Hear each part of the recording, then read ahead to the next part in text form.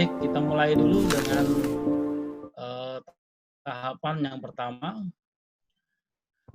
Jadi sebelum dalam strategi pembelajaran jarak jauh, kita pisah dulu keywords-nya, yang dimana kita cari dulu dalam strategi pembelajarannya. Misal di sini ada 3 di dalam pengelolaan pembelajaran new normal. Yang pertama ada finding, ada implement, ada juga evaluation. Nah, di dalam perencanaan dan pelaksanaan dan penilaian di sini kita lebih punya satu hal yang dimana di dalam hal ini perlu dalam satu manajemen ya. Kunci dalam manajemen itu kan harus ada direncanakan dulu SWOT, ya kan. Strengths, weakness, opportunities, dan trends. Jadi di dalam pembelajaran diperlukan juga manajemen. Nah, di dalam 3 hal ini mungkin dikatakan dengan perencanaan yang kita sebutkan dengan adanya beberapa hal. Tahapan di dalam perencanaan, pertama kita harus memahami dulu kurikulumnya. Nah, untuk memahami kurikulum di sini kan ada penggunaan dengan menggunakan kurikulum 13 ya. 13 itu kalau di penggunaan itu lebih bisa dilakukan dengan hal yang masuk di kelas dan dulu tema 1, tema 2, dan tema selanjutnya. Nah, tapi di dalam memahami kurikulum pembelajaran jarak jauh, ini ada hal-hal tertentu yang mungkin Bapak-Bapak dan Ibu-Ibu sekalian yang bisa dilakukan download. Nah, nanti kita bahas di situ mendownloadnya apa dan RPS-nya bagaimana. Nah, itu memahami kurikulum lebih dulu. Karena kalau kurikulumnya tidak ada, ya buat apa kita memberikan satu arahan kemana kita menjelaskan, kemana kita untuk memberikan perencanaan tersebut. Nah, selanjutnya yang kedua adalah memahami atau pahami silabus atau GPP. Ya kan? Memahami silabus ini yang diperlukan betul kaitannya dengan kurikulum tersebut. Yang ketiga adalah susunan RPP, program pembelajaran. Nah, ini yang disebutkan tadi, RPP ini diperlukan agar menjadikan pengatur di dalam pembelajaran kita tersebut. Mulai dari tatap muka, setelah itu ceramah. Nah, tapi kalau di dalam new normal, di dalam pembelajaran jarak jauh, RPP ini dilakukan adanya media-media yang dilakukan dengan adanya laptop, adanya bandwidth kuota, ataupun internet. Nah, itu penggunaan itu akan terbentukkan. Nah, kalau di perguruan tinggi namanya RPS, ya kan, rencana program semester. Nah, tapi rencana program semester itu akan menjadikan perubahan sekarang itu juga karena adanya pandemi COVID-19 ini. Pertama, di situ juga akan melakukan susunan demikian rupa yang dimana ada 4 kali itu 8 kalinya daring. Nah, begitu. Baik, yang keempat adalah mendiagnosis kebutuhan belajar siswa. Nah, ini kalau kita memberikan kebutuhan belajar siswa, melihat ataupun mengobservasi dari pembelajaran siswa, mungkin dalam hal pandemi COVID, ini harus kita lewati dengan hal yang menunjang di dalam belajar itu.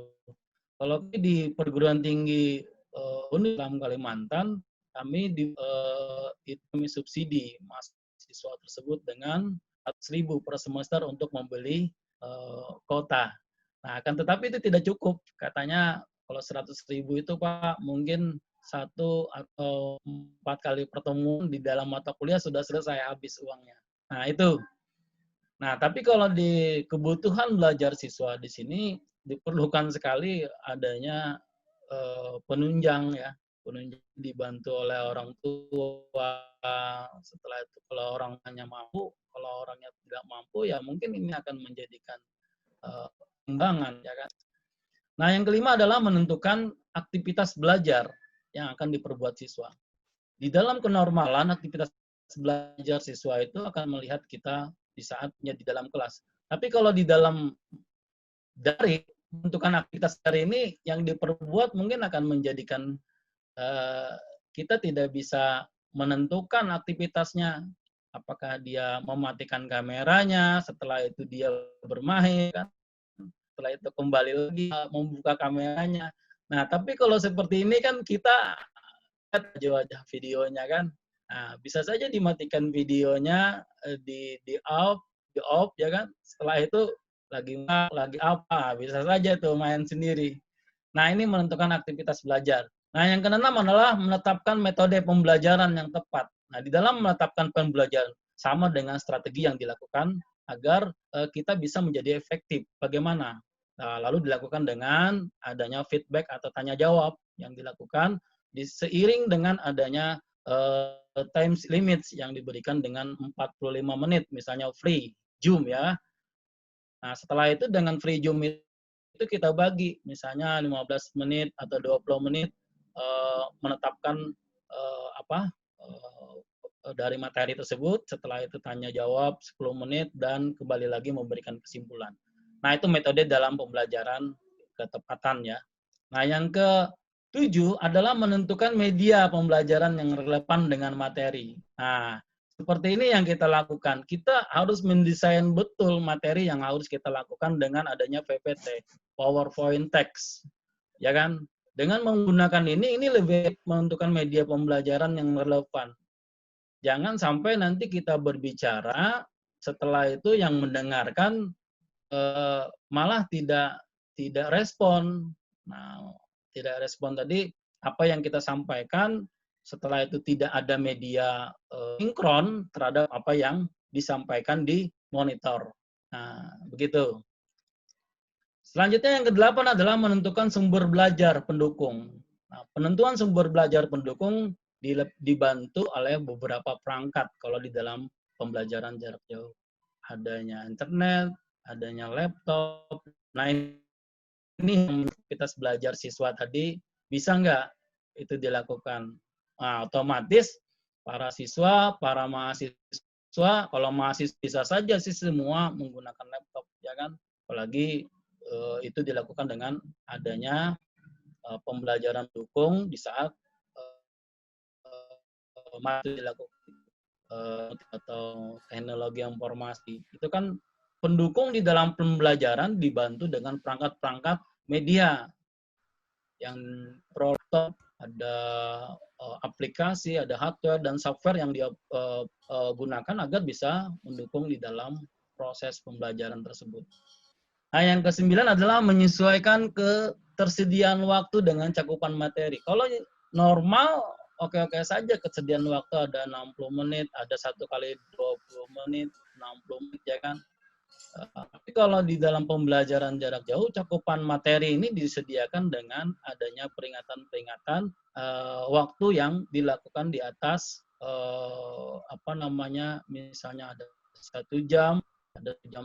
Kalau yang free tadi dilakukan dengan Zoom, mungkin 40 menit kita sudah menyiapkan dan menyesuaikan kesediaan waktu, dan cakupan materi itu bisa lebih kita batasi.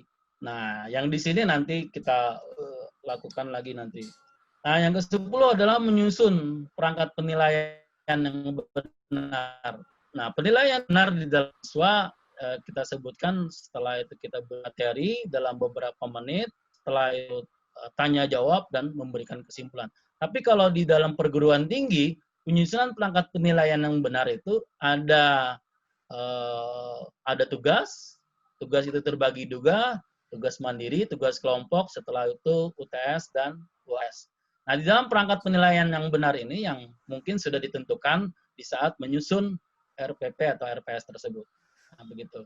Nah, ini merupakan pembelajaran daring yang mungkin bisa nanti Ibu download untuk SD atau Madrasah Ibtidaiyah, SMP atau MTS, SMA atau Madrasah Aliyah.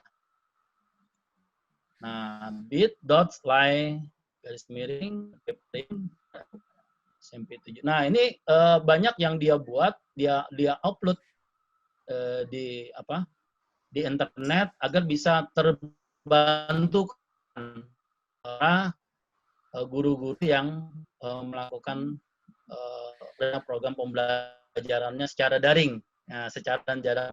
Nah, begitu. Selanjutnya, kegiatan dalam pelaksanaan ada 3. Yang pertama kegiatan awal. Nah, ini sudah biasa di dalam normal. Pembuka pelajaran dengan salam. Yang tadi kita lakukan tadi dengan ucapan salam. Itu sudah perbuatan yang mungkin ada spiritualisasinya untuk pengembangan itu. Nah, yang kedua menyiapkan kondisi kelas dan siswa.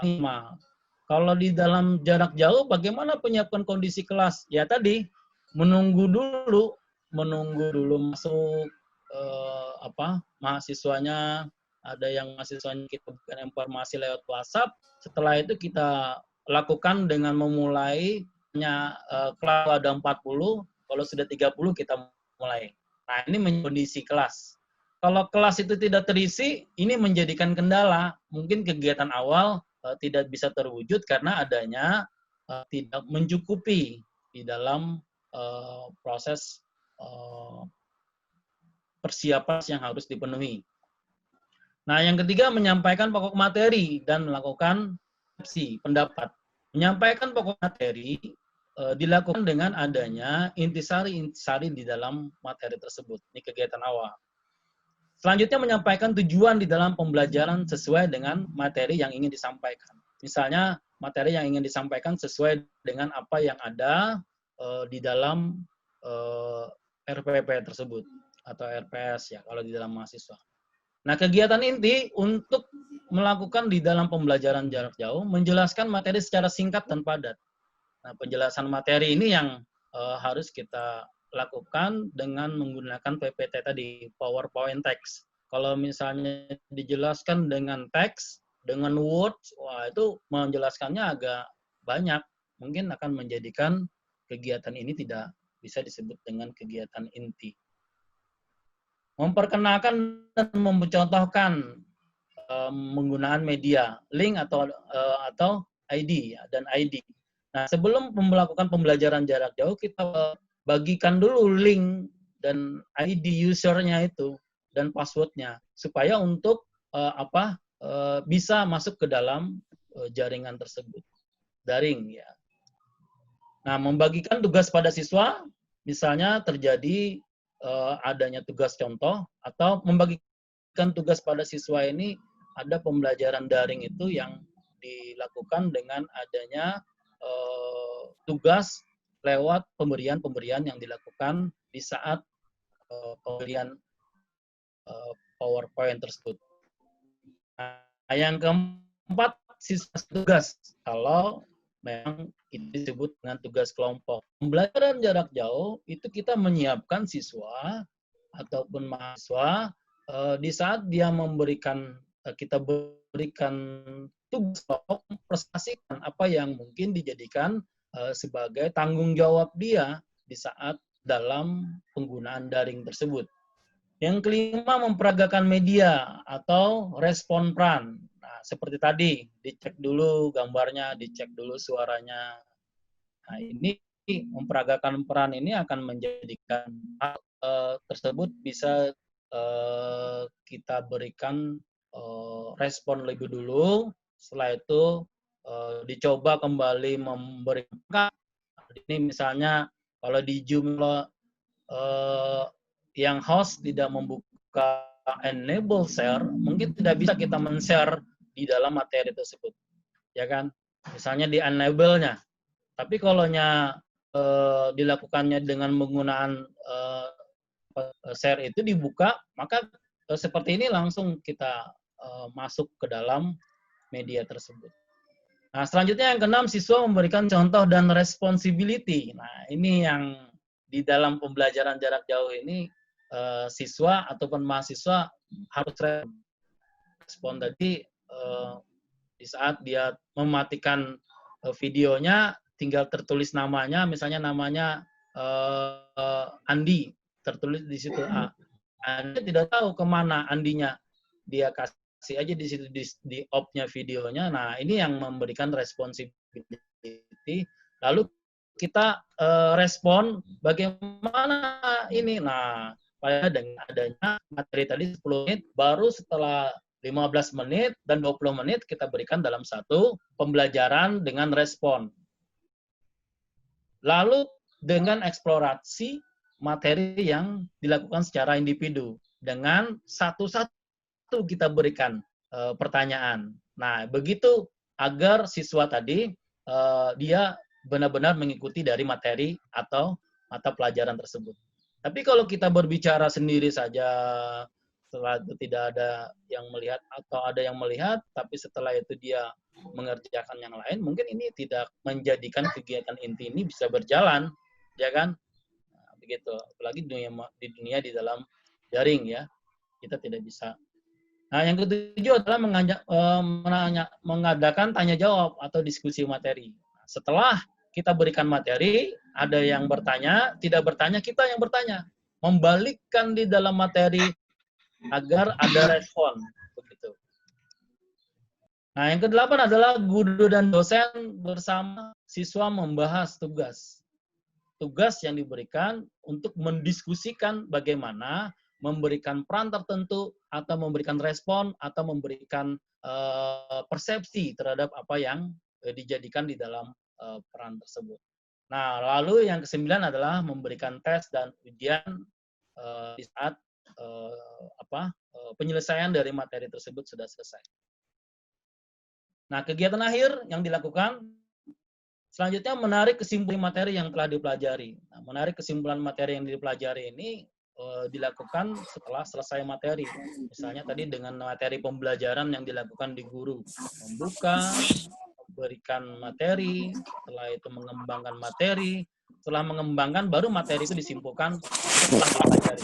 Ini kebanyakan ada siswa tadi yang hanya menggunakan materi, tapi yang telah dipelajari dia tidak paham. Nah, ini tadi penggunaan yang lebih tepat. Kalau kita pembelajaran normal, bukan pembelajaran jarak jauh, kita memberikan materi langsung saja dihadapkan kepada siswa atau mahasiswa. Nah, yang kedua adalah memberikan tugas dan tindak lanjut dari materi tersebut. Memberikan tugas atau follow up materi itu setelah terjadi adanya pendiskusian yang dilakukan atau pemberian materi yang dilakukan. Lalu kita tindak lanjuti materi tersebut setelah berkembang lagi, lalu memulai kembali lagi materi berikutnya. Nah, yang ketiga memberikan motivasi untuk rajin belajar di rumah, ini untuk normal. Tapi untuk motivasi belajar di rumah kita memberikan support bahwa di antaranya ada yang memberikan responsibility, ada yang tidak. Yang tidak tadi kita motivasi untuk memberikan persepsi terhadap apa yang disampaikan. Yang keempat, menyampaikan topik dan materi selanjutnya. Dan yang kelima, menutup pelajaran dengan salam dan doa. Nah, selanjutnya dengan tahapan kegiatan penilaian, menilai proses pembelajaran apakah sudah berjalan sesuai dengan RPP. Nah, ini tadi, paling tidak kan kita mengacu kepada RPP, Rencana Program Pembelajaran, yang di mana proses pembelajaran itu dilakukan sesuai dengan apa yang menjadikan tahapan yang kita lakukan. Menilai ketercapaian hasil pembelajaran sesuai dengan kompetensi. Sesuai dengan kompetensi yang dihasilkan. Misalnya di situ kalau di mahasiswa BK itu ada namanya life skill.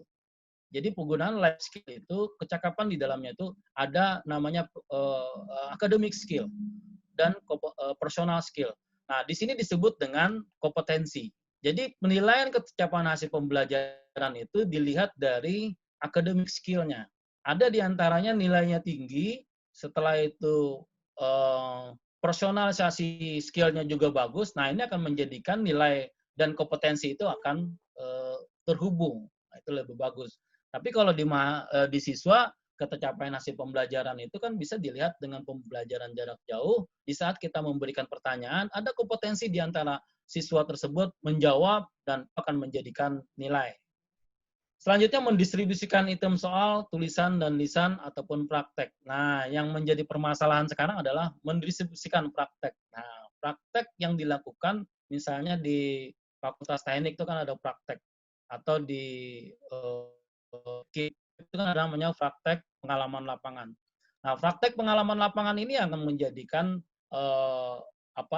solusi di antara kami, memberikan diskusi yang di situ di dalam praktek jalan keluar agar dia tetap mengambil praktek lapangannya, akan tetapi nanti di dalam prosesnya tadi dia membuat video atau membuat satu rangkaian film yang di situ nanti dia mempraktekkan kepada siswa yang secara abstrak. Nah, di situ yang didapatkan hanya melakukan satu gerakan dan komen yang disampaikannya.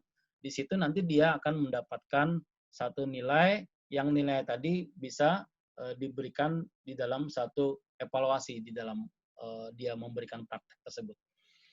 Nah, yang keempat, mengawasi pelaksanaan ujian.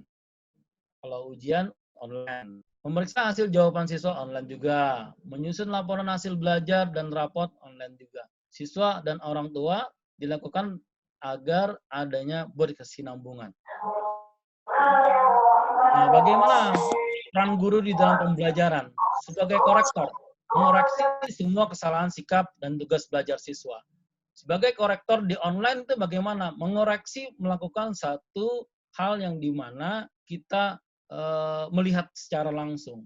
Informasi, memberikan satu pengetahuan informasi lewat beberapa daring dan menggunakan juga luring. Organisator sebagai pengelola pembelajaran di kelas, sebagai dilakukan sebagai pemimpin di dalam kelas, sebagai organisator, dia melakukan satu pengelolaan di dalam pembelajaran kelas jarak jauh. Di situ dia menggunakan satu internalisasi, dia mengelolanya lewat grup. Setelah grup tadi melakukan pengelolaan, lalu menjadikan satu organisator pembelajaran. Motivator itu memberikan motivasi dan kesuksesan untuk meraih masa depan. Inisiator sebagai ide dan gagasan. Setelah memfasilitator, yaitu dengan memfasilitasi siswa dengan sumber belajar dan interaksi sosial siswa. Demonstrator, mediator, pembimbing,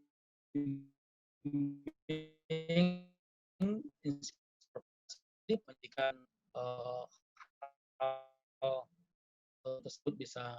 Terakhir adalah evaluator. Nah, selanjutnya, inti di dalam strategi pembelajaran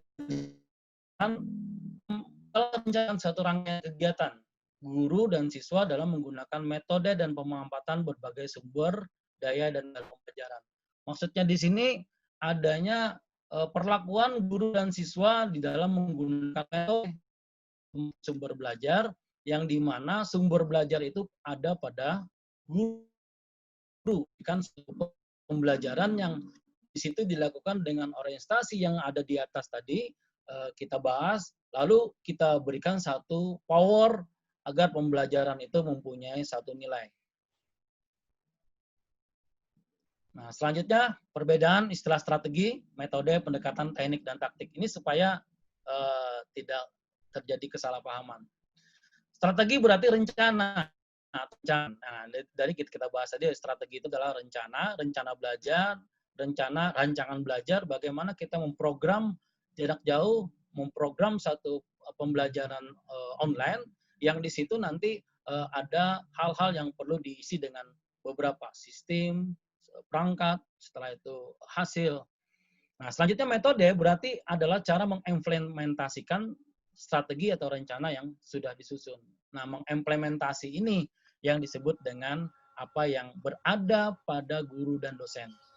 Metode ini, ada yang metode itu digunakan dengan Zoom, ada yang menggunakan Webex, ada yang menggunakan Jitsi, nah, begitu kan? Nah, begitu. Yang ketiga adalah pendekatan berarti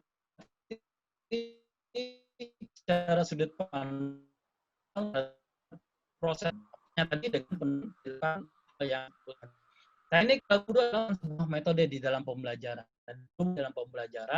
agar siswa tadi bisa lebih efektif.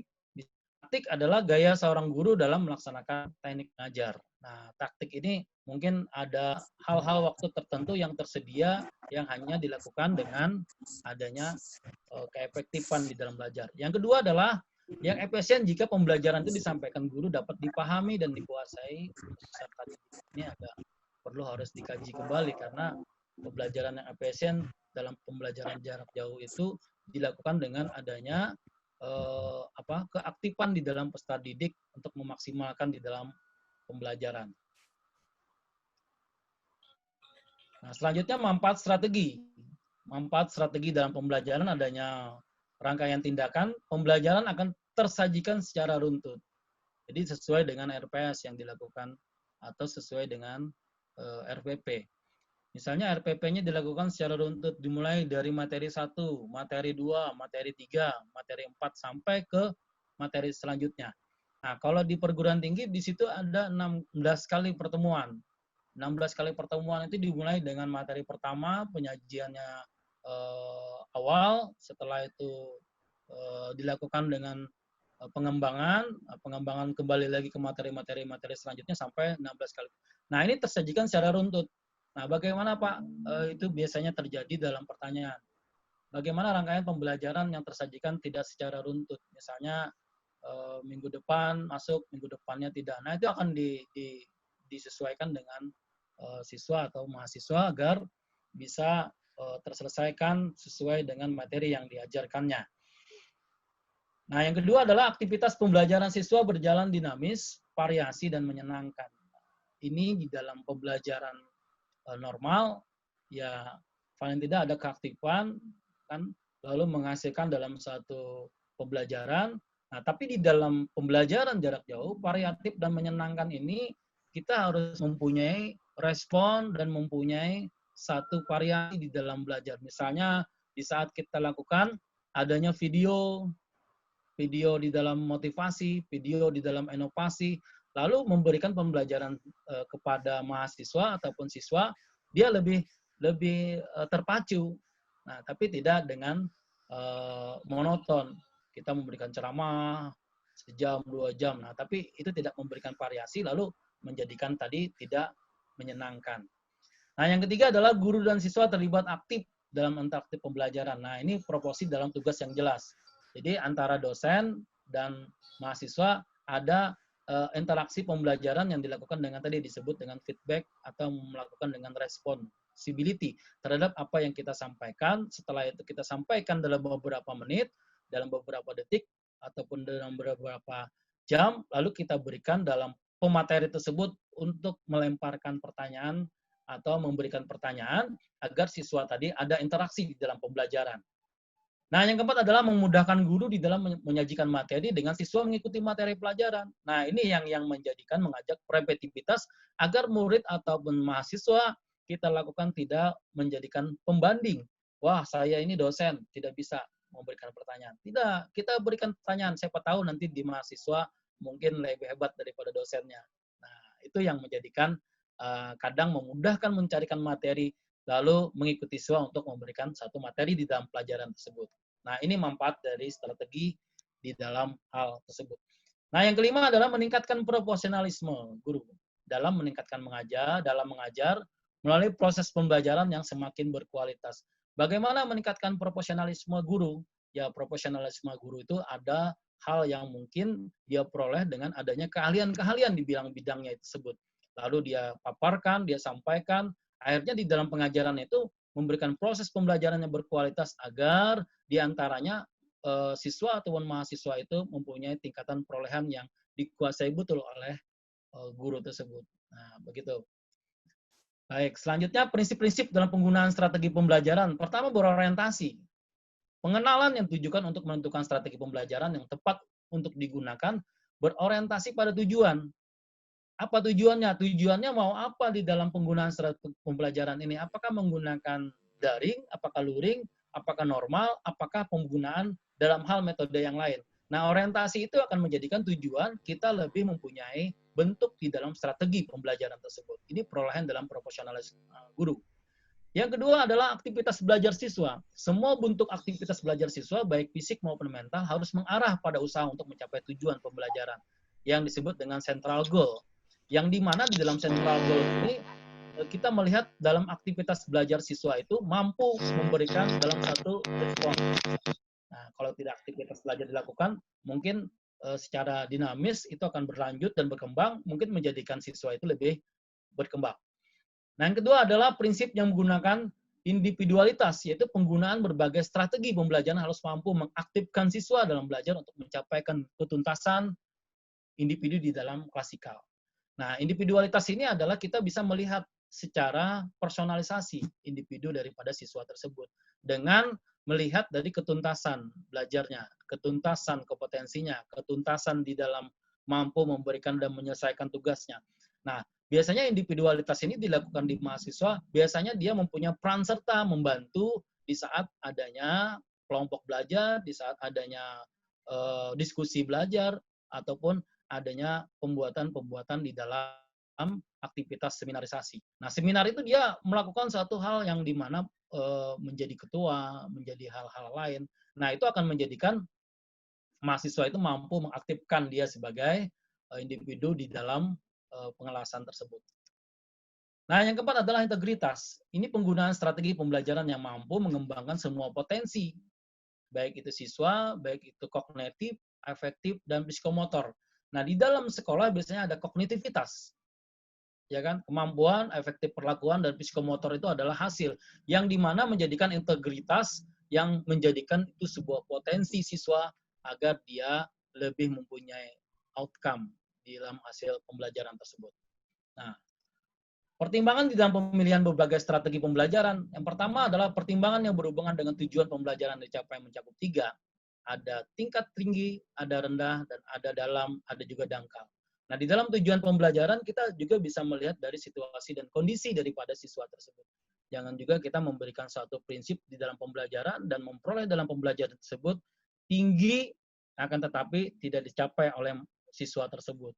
Misalnya pembelajarannya tinggi, dengan hal-hal yang sesuai dengan cakupan dari modul ataupun tema.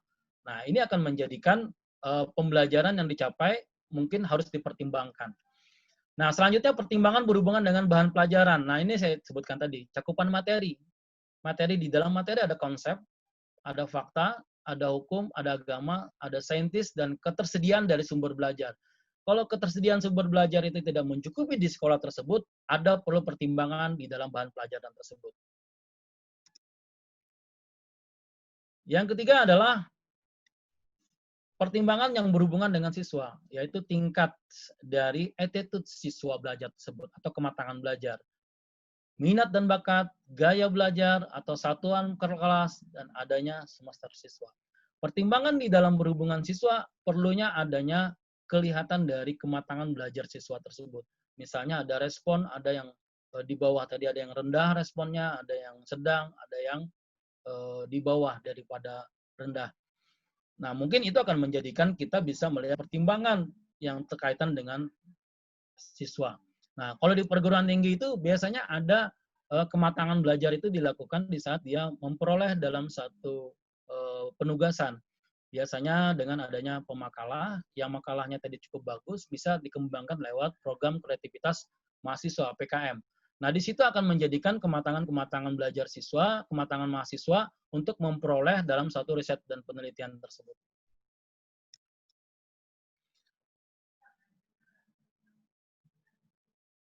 Nah, yang keempat adalah pertimbangan yang berhubungan dengan teknis, yaitu relevansi strategi dengan sifat bahan ajar, mengenai metode, media, efektif atau tidaknya untuk digunakan.